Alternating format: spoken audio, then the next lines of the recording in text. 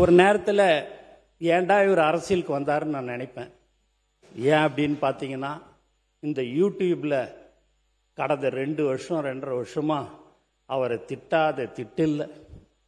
1 சீட்டு வாங்குவாரா, 2 சீட்டு வாங்குவாரா, 5%, 3%, 7% இப்படியா எல்லாரும் இலக்காரமாக எல்லாருமே பேசினாங்க.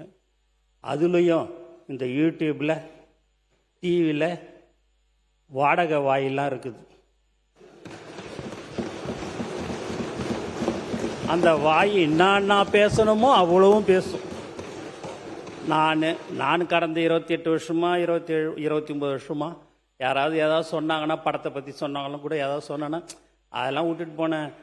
10 பேர் சொல்கிறாங்க, அதில் 11 நினச்சிங்க, அதெல்லாம் விட்டு போங்க, அதெல்லாம் ஏன் கண்டுக்கிறீங்க அப்படின்வார்.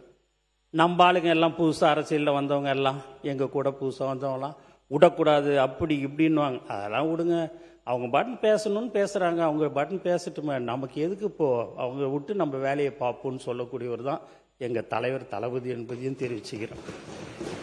அப்போ நான் அதை நினைப்பேன், இப்படியெல்லாம் அவரை சொல்கிறாங்க, மக்களுக்கோசமும் எங்களுக்கோசமும் அதையெல்லாம் பொறுத்து கொண்டு பரவாயில்ல யார் எப்படி பேசினாலும்ட்டுன்னு நானும் சார் இதுமாரி பெரிய பெரிய கட்சியெல்லாம் கூட்டணி வச்சுருக்கிறாங்க, நம்மளும் கூட்டணியில் தனியாக நிற்கிறோம் அப்படின்ட்டு தைரியமாக தில்லா தனியாக சிங்கிளாக நிற்போம், கண்டிப்பாக நம்ம ஜெயிப்போம், அதில் எந்த வித மாற்று கருத்தும் இல்லை. நீ எதுக்கு, நீ உனக்கே பயமாக இருக்குதா அப்படின்னு என்னை கேட்டேன். பயப்படல சார், நான் பயப்படல, இருந்தாலும் ஒரு பயம் எனக்குள்ளார ஒன்று இருக்குது.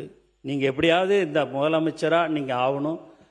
உச்சத்தில் இருக்கும்போதே நான் என்னுடைய மக்கள், தமிழ்நாட்டு மக்கள் என்னை உச்சத்தில் வச்சாங்க.